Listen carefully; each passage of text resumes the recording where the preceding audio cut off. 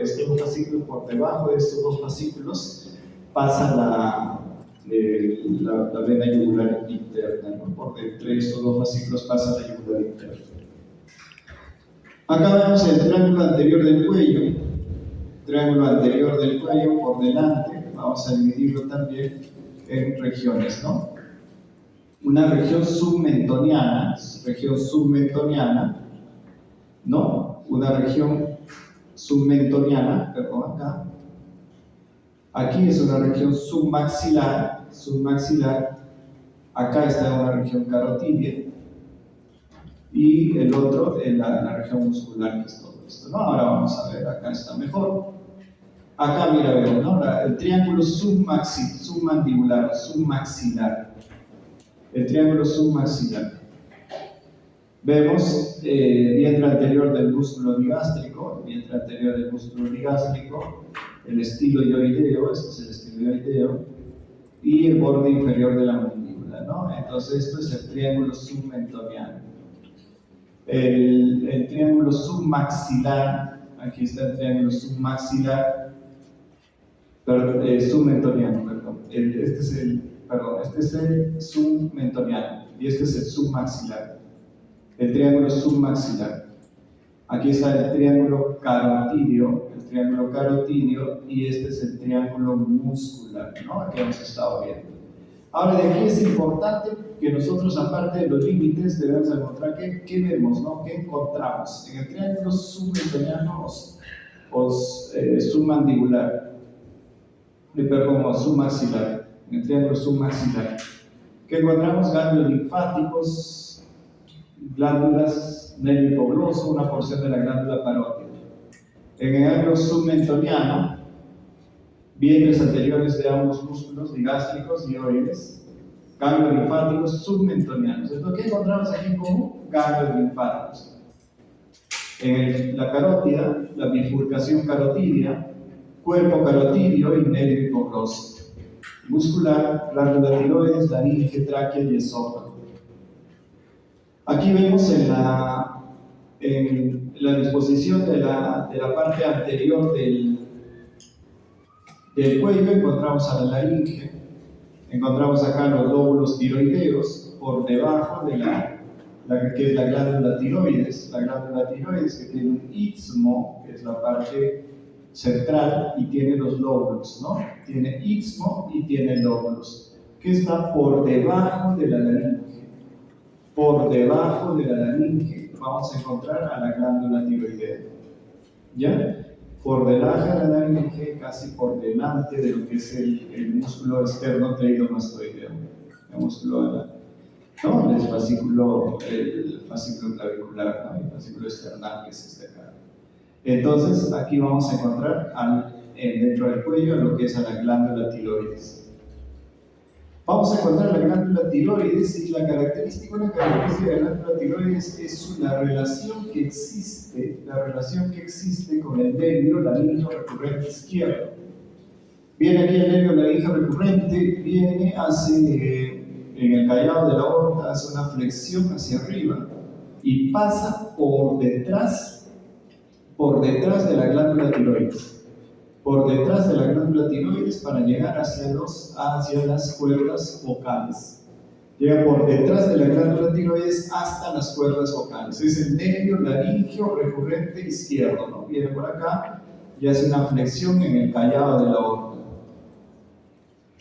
La región cervical lateral, limitada por el borde anterior del músculo trapecio, borde posterior del esternocleidomastoideo, ¿ya? Posterior musculoesquelético del trapecio, y el tercio medio de la clavícula. Están incluidos los triángulos occipital y homoclavicular, ¿no? Es el subclavio. ¿Ya? Entonces, triángulo occipital que contiene la vena yugular externa, ramos posterior del plexo cervical, troncos del plexo braquial, la arteria cervical transversa y los ganglios linfáticos cervicales. En el triángulo homoclavicular, arteria y vena subclavis. Acá vemos alguna disposición de los vasos sanguíneos a nivel del cuello. Vemos aquí la tráquea, vemos acá el cartílago tiroides, es decir, cartílago tiroides, cricoides, y por debajo está el istmo, y lateralmente vamos a encontrar a los lóbulos tiroideos, a los lóbulos de la glándula tiroides. Entonces, por detrás de esto vamos a encontrar el nervio laríngeo recurrente, y lo que vamos a encontrar acá es la relación que tiene con la vena, ¿no? Con la vena yugular interna. La vena yugular interna que está hacia al ladito de la arteria carótida, ¿no?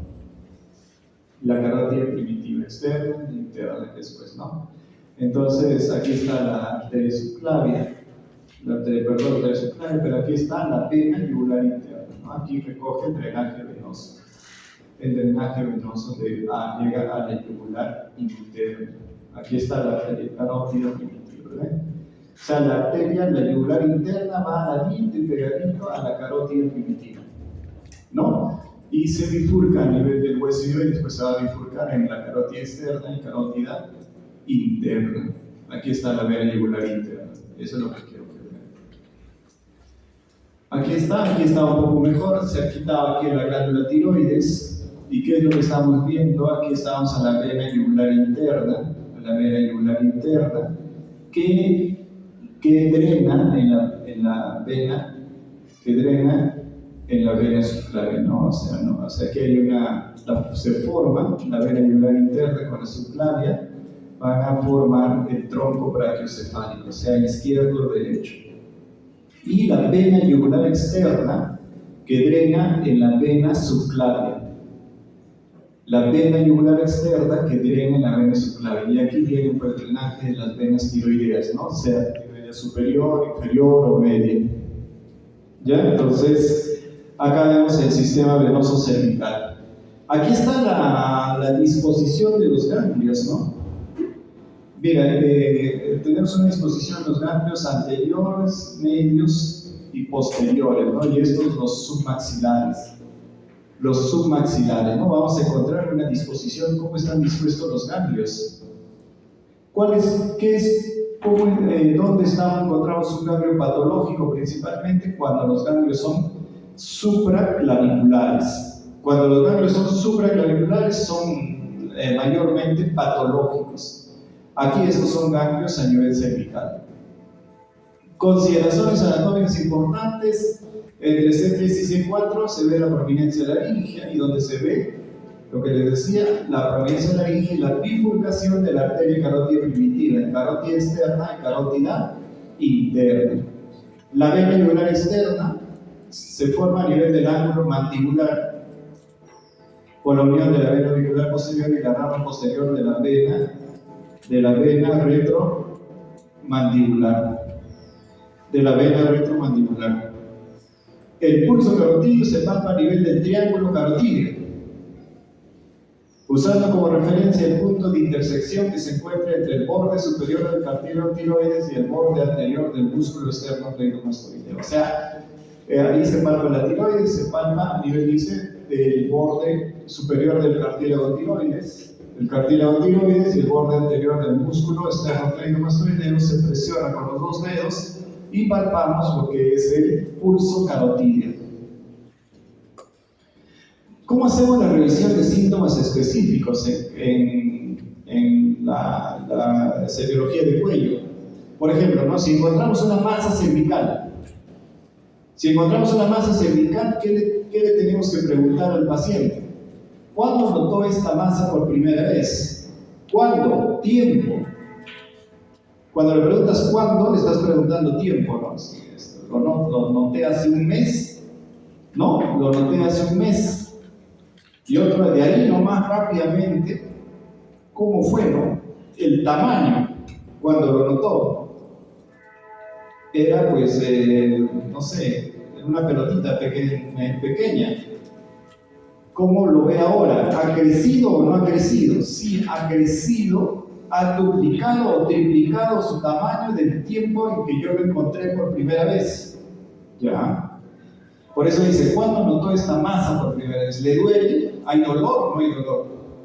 ¿Ha notado cambios en el tamaño de la masa? ¿Qué les digo, no? ha duplicado o triplicado su tamaño en relación con el primer momento en que usted se dio cuenta. Ha tenido infecciones en los oídos y en la boca. Esto puede ser, ¿no? Porque esta masa séptica puede ser, digamos, un conjunto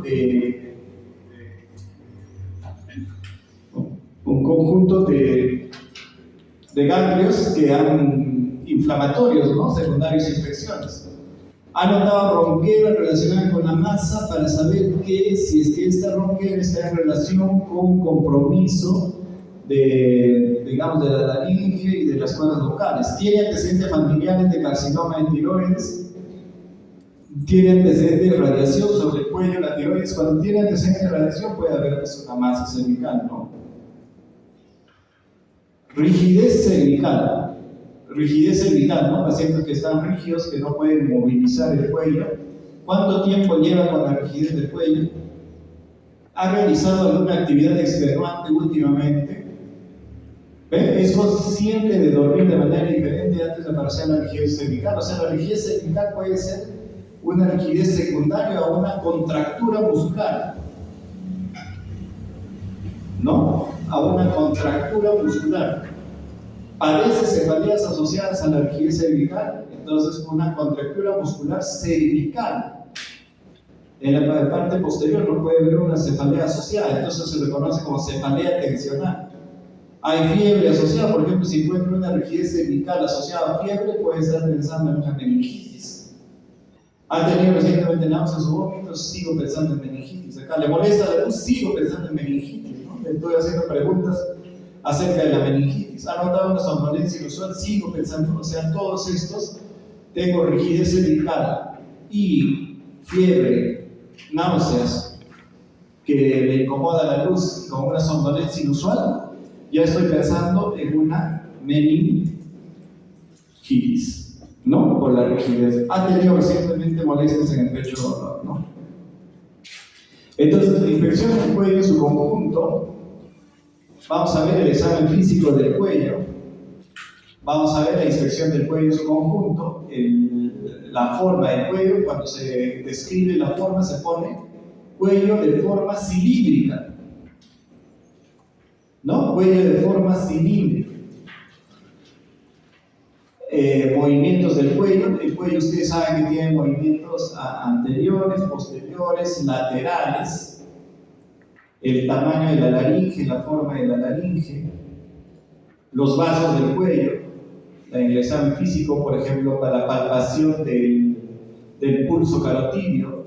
Después, la observación que hacemos a la vena yugular externa, que en pacientes con insuficiencia cardíaca se ve una vena yugular externa ingurgitada. Eso se llama ingurgitación yugular en los pacientes con insuficiencia cardíaca.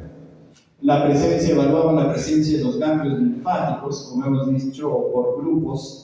Hay grupos anterior, grupo medio, grupo posterior, y la tiroides vamos a evaluar. A la inspección debe hacerse enfrente del paciente, también de perfil y por detrás, ¿no? Para ver las características. Uno, para ver la forma, ¿no? Para ver la forma del cuello. Dos, para ver si hay alguna deformación en el cuello, o sea, por ejemplo, una tumoración, masa que protruye a nivel tal, ponen ustedes. Ven el cuello, dicen es central, cilíndrica, ¿no? Si no estuviese lateralizada, dirían lateralizada, pero central, cilíndrica, ¿no? Con deformación, con protrusión, así se dice la deformación, con protrusión o con presencia de masa tumoral en región tal, ya está. Esa es la inspección, ¿no? La persona debe estar sentada confortablemente con las manos colgando a los lados del cuerpo, acostada en decúbito dorsal con las manos a los lados del cuerpo, cruzadas sobre el abdomen. Entonces, para la inspección del cuello, generalmente es sentada. La inspección, evaluación de la forma. Les decía, ¿qué forma tiene el cuello? Es un cilindro, forma cilíndrica, ¿no? En los asténicos o longilíneos el cuello es delgado y largo, en los brevilíneos o pícnicos es corto y grueso. Entonces, forma cilíndrica, larga y delgada. Ya, eso es una forma, ¿no? Así nosotros podemos, digamos, describirlo, ¿no? Porque ustedes cuando tienen una historia clínica, ¿por qué les digo vamos a describir? Porque cuando ustedes ya han revisado historia clínica, y en la historia clínica nos dice cómo vamos a consignar lo que estamos observando. Entonces ahora vemos, estoy evaluando cuello, que he visto evaluación de cabeza, evaluación de cuello, que he visto inspección, estoy mirando de frente, veo tamaño, ¿no? Forma cilíndrica, el tamaño, delgado, alargado, ¿no? Como está acá, delgado, largo, corto, grueso. Modificaciones de la forma del cuello, síndrome de Klippel-Feil, cuello muy corto por ausencia de las vértebras cervicales, síndrome de Turner, es un cuello alado, parece, así se llama, parece un cuello con alas. Tortícolis congénita, acortamiento del esternocleidomastoideo, ¿no? Por ejemplo, en un paciente con una tortícolis, ¿cómo ustedes creen que van a encontrar el cuello? El cuello lo van a encontrar lateralizado, ¿no? Lateralizado, ¿por qué? Porque hay un acortamiento del esternocleidomastoideo por contractura muscular. Evaluación de la simetría, si es simétrico o no es simétrico, ¿no? Se pone al medio una línea imaginaria y se va viendo que es simétrico o no es simétrico. Solicita al paciente que extienda el cuello. También se evalúan las cicatrices, asimetrías o masas. Tiroides normal, casi no se visualiza la tiroides. O sea, nosotros a la inspección no vamos a visualizar la tiroides. Entonces tenemos cuello cilíndrico, central, largo, delgado, corto, grueso, ¿no? Sin modificación de la forma. Y simétrico, ¿no? Cuando veo simétrico es que no hay masas, no hay tumoración, no hay elevación, no hay úlcera, no hay nada, o sea, no veo nada, ¿no? Veo las dos, inspecciono y veo los dos y dicen, no, este es simétrico. Cuando no es simétrico, nuevamente les digo, ¿presencia de qué? Con presencia de masa, tumoración, nódulo, con presencia de lo que ustedes creen que está haciendo que suceda esa deformación. Eso es por eso se evalúa la simetría. En la inversión, evaluación del movimiento, evaluación de movimientos activos y pasivos. Los movimientos activos, flexión, movimiento hacia adelante, extensión, movimiento hacia atrás, rotaciones derecha e izquierda, inclinación lateral derecha e izquierda. Flexión, por ejemplo, ¿cómo evalúa la flexión? Señor, toques el pecho con la barbilla. Extensión, mire el techo. Rotación, mire por encima de un hombro y luego del otro. Flexión lateral, toques el hombro con la oreja. Miren, práctico, ¿no? ¿Cómo voy a evaluar los movimientos en el cuello? Tóquese la barbilla, mire el techo, mire por encima de un hombro y luego del otro, porque aquí estoy evaluando rotación, ¿no? A ver, ustedes miren por encima del hombro. ¿Ve? ¿Qué están evaluando? Derecho, miren por encima del hombro izquierdo, están evaluando rotación. Y cuando dice flexión, no levantes el hombro, sino acerca la oreja sobre el hombro. Estás evaluando lateralidad. No estás evaluando rotación. A la palpación vamos a encontrar las maniobras de deslizamiento. ¿Para qué me sirven estas maniobras de deslizamiento?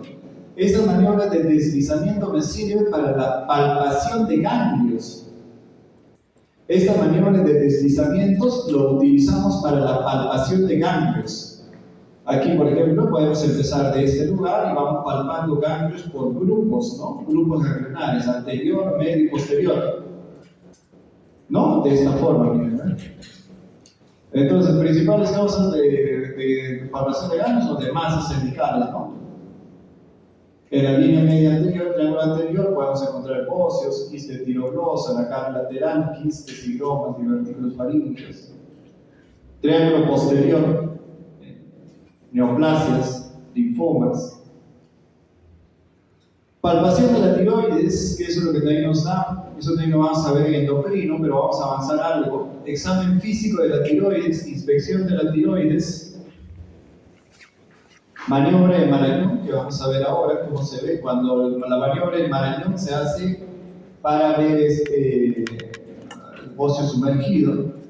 Abordaje posterior, nos ponemos detrás del paciente, la maniobra de Kervain, y abordaje anterior, la maniobra de Crillé. Aquí la técnica del aje, el abordaje anterior de la tiroides, dice: se coloca el pulpejo del pulgar derecho, presionando contra la cara lateral de la porción superior de la tráquea y en el borde inferior del cartílago tiroides. Borde inferior del cartílago tiroides, porción superior de la tráquea, ya está. Esta maniobra provoca la prominencia del lóbulo opuesto, haciéndolo más accesible a la palpación de la mano izquierda para palpar el lóbulo izquierdo setrocérebro. Miren, ¿qué es lo que está haciendo acá? Está poniendo el dedo y con este dedo presiona hacia el lado contralateral. Al presionar hacia el otro lado contralateral, hacemos por acá, presiona con esta mano, ustedes palpan. Hay otros que hacen eso, ¿sí? Y palpan. Pero aquí está diciendo con esta mano, ¿no? La técnica de la y palpan. ¿Ya? Claro, ustedes con su paciente, ¿no? Hacen así, presionan, palpan tiroides. Lo otro ponen, presionan, palpan el otro lado. Entonces esa es la técnica del aje. La maniobra de Crillé: se coloca por delante del paciente y le solicita al paciente que ligera extiende el cuello, y usted coloca las manos alrededor del cuello con los pulgares en el plano anterior. De frente al sujeto, el pulgar de cada mano palpa sucesivamente el lóbulo tiroideo del lado opuesto. No, es parecido a la del aje, ¿no? La maniobra de Crillé.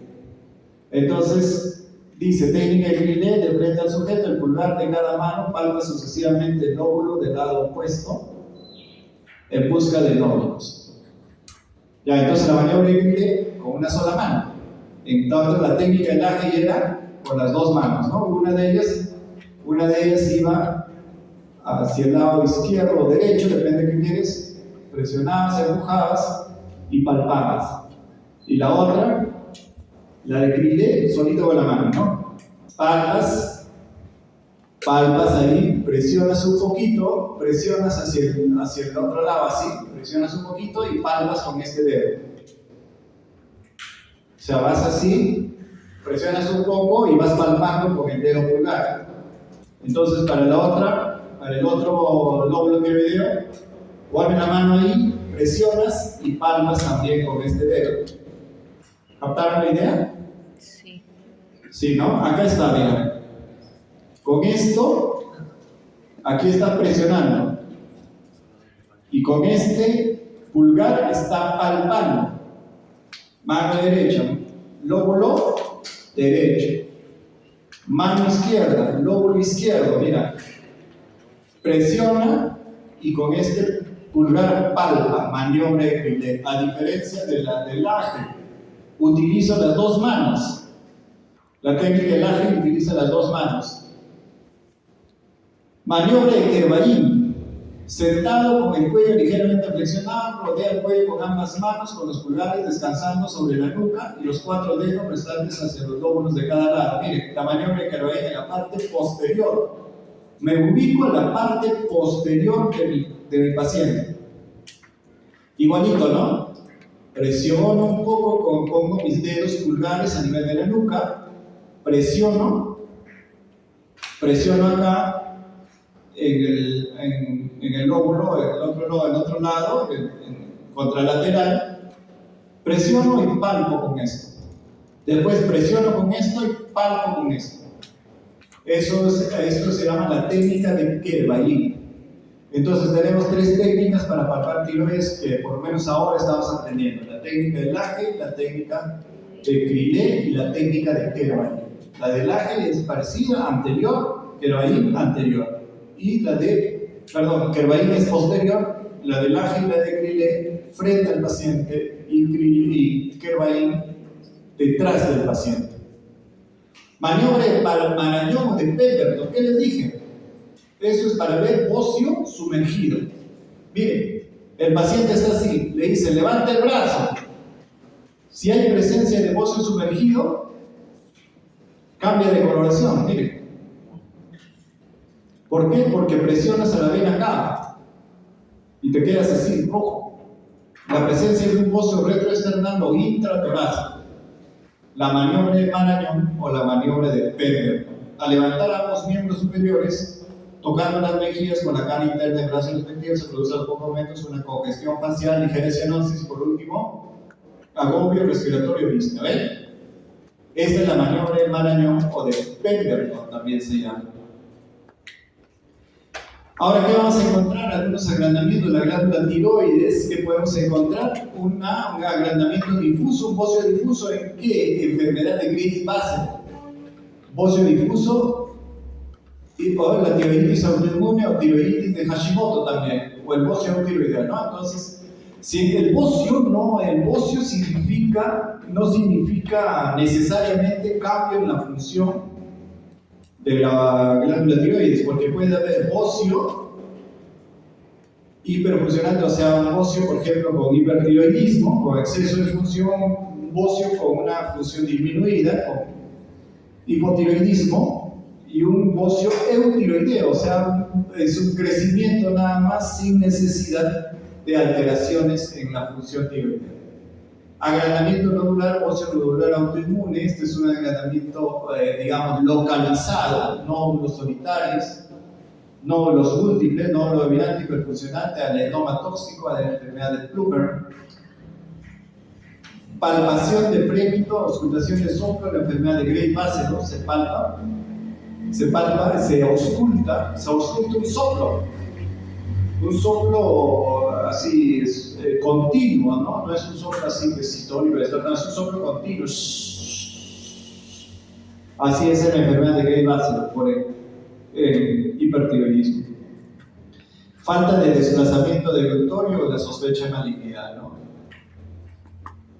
Evaluación de los vasos del cuello, que les dije, esto es la evaluación de la carótida primitiva, es el pulso carotídeo, ¿no? Se colocan los dedos índice y medio sobre el cartílago tiroides del paciente, sobre el cartílago tiroides, y se desliza en dirección lateral, estoy deslizando en dirección lateral entre la tráquea y el músculo esternocleidomastoideo, entre la tráquea y el músculo esternocleidomastoideo, en el triángulo carotídeo, ¿no? ¿Cómo se llama ese triángulo? Triángulo carotídeo. Aquí voy a palpar, miren, de esta forma. Si yo estoy palpando, estoy al otro lado y palpo, digamos, estoy en el lado derecho, que es como yo debo de evaluar, palpo el lado izquierdo. Y cuando estoy también en el lado derecho, estoy palpando el lado derecho, ¿no? Se debe poder sentir las pulsaciones de la carótida inmediatamente interna, inmediatamente al músculo esternocleidomastoideo, no interno al esternocleidomastoideo. Examen de las venas del cuello, esto es lo que denominamos la vena yugular externa, esto es lo que denominamos la ingurgitación yugular, ¿no? Se evalúa de urgencia, pulsaciones que no lo va a tener.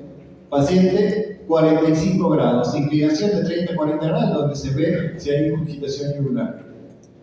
El cuello algo rotado en sentido opuesto al examinador, ¿no? Edema en esclavina, ingurgitación yugular, es lo que se llama esto, el edema en esclavina, se ve cuando hay síndrome de vena cava superior, ingurgitación yugular, circulación colateral y edema en el cuello. Esto se ve en síndrome de vena cava superior. ¿Cómo redactar? Hemos estado diciendo cómo redactar, pero ¿qué decimos, por ejemplo? Ejemplos de redacciones de la exploración física de la cabeza, el cuello y la tiroides. Dice la cabeza, normocéfala. ¿Qué es normocéfala? Tamaño normal, sin datos de traumatismo, sin evidencia de lesiones ni deformaciones. ¿No? Cuello, mira, pone cuello flexible.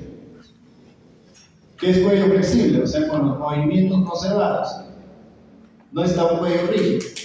Con un arco de movilidad completo. ¿Qué significa arco de movilidad completo? Que le he dicho, señor, flexione, extienda, rote, lateralice. ¿Ya? Eso es un arco de movilidad completo. No se reconocen adenopatías en el cuello. Entonces he hecho mi palpación, ¿no? He hecho mi palpación por deslizamiento, he hecho mi palpación por deslizamiento y no he encontrado adenopatías. Tiroides no presenta dolor y está aumentado en tamaño, maniobra de Crilley, ¿no? He hecho mi maniobra de Crilley, entonces no he encontrado un bocio aumentado de tamaño ni un bocio doloroso, ¿no? Maniobra de Crilley es la que podemos hacer. La cabeza es normal, este es otro, por ejemplo, otra forma. Cabeza normocéfala sin traumatismo, pero acá ya hay una lesión, dice. Se identifica una masa indolora, mira lo que está diciendo, ¿no? Normocéfala sin traumatismos, pero se identifica una masa, asimetría. Ya vi, observé simétrico, esto está asimétrico. ¿Está asimétrico por qué? Presencia de una masa cervical en triángulo anterior o en región anterior del cuello. Puede ser así, ¿no? De consistencia elástica de ¿cuánto? Mira, 2 centímetros de diámetro. En la cadena cervical superficial izquierda. Características de la masa: es móvil, adherida o no adherida a los músculos.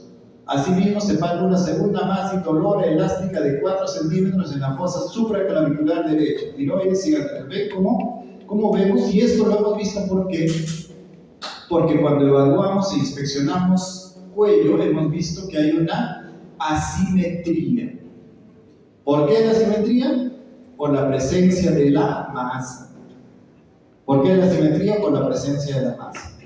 Se reconoce un abombamiento frontal de la cabeza con prominencia de los huesos malar, por ejemplo, ¿no? No se reconoce un abombamiento. El cuello es normal y no presenta adenopatías, que aquí ya lo resumió. Aquí palpa un nódulo tiroideo blando e indoloro de 2 centímetros, situado a unos 3 centímetros en la línea media en la porción superior del lóbulo derecho. El nódulo no está fijado a la piel ni a los músculos suprayacentes. Cada vez que veamos una masa, vemos, tiene dolor, está adherido a planos profundos, está adherido a la piel, tamaño. Entonces, no solamente es una masa a nivel cervical, ahorita que saben las masas cervicales. 1, tamaño. 2, si está o no está adherido a planos profundos. 3, si a la característica, ¿no? Si es dura, es blanda. Y 4, si está asociado o no está asociado a dolor. Esas 4 cosas, por lo menos, tienen que tener la evaluación de las características de una masa tumor que ustedes encuentren. Por lo menos tiene que tener esas características de una masa cervical. Registro escrito en la evaluación de ganglios, ¿no? Como en los ganglios linfáticos generalmente no son visibles ni palpables, el resultado del examen debe registrarse así: ganglios linfáticos no visibles ni palpables en el área corporal o cadena linfática específica, o sea, cervical, no dolor a la palpación, no edema ni cambio de color de la piel. Ejemplo 2, ganglio linfático palpable benigno, ¿no? Ganglios de cuello no palpables, excepto el ganglio tonsilar derecho. Miren, tamaño, si tiene o no dolor, características, móvil o no móvil, no, o sea, adherido o no adherido a planos profundos, los límites bien definidos. Eso es todo. Entonces, hemos hecho hoy día más o menos un recuento de piel y tejido celular subcutáneo, hemos hecho semiología de la cabeza y hemos hecho lo que es semiología del cuello, ¿no? Semiología del cuello, forma, características, evaluación de la tiroides. Nos vemos el día lunes.